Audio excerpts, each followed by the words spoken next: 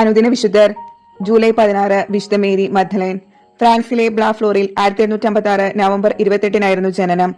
മേരിക്ക് 18 വയസ്സ് പ്രായമായപ്പോൾ പെൺകുട്ടികൾക്കായി അവൾ ഒരു സ്കൂൾ ആരംഭിച്ചു. പക്ഷേ ഫ്രഞ്ച് വിപ്ലവം മൂലമുണ്ടായ പ്രതികൂല സാഹചര്യത്തിൽ സ്കൂൾ പൂട്ടാൻ അവൾ നിർബന്ധിതയായി.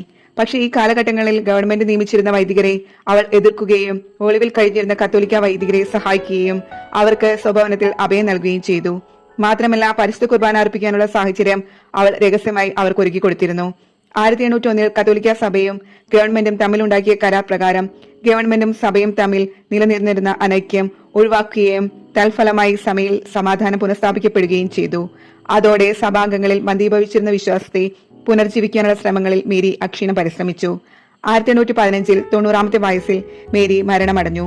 മരണശേഷം മേരിയുടെ മധ്യസ്ഥതയിൽ നിരവധിയായ അത്ഭുതങ്ങൾ പ്രവർത്തിക്കുവാൻ ദൈവം തിരുമനസ്സായി. 1925 മേരിയെ വിശുദ്ധയായി പ്രഖ്യാപിച്ചു.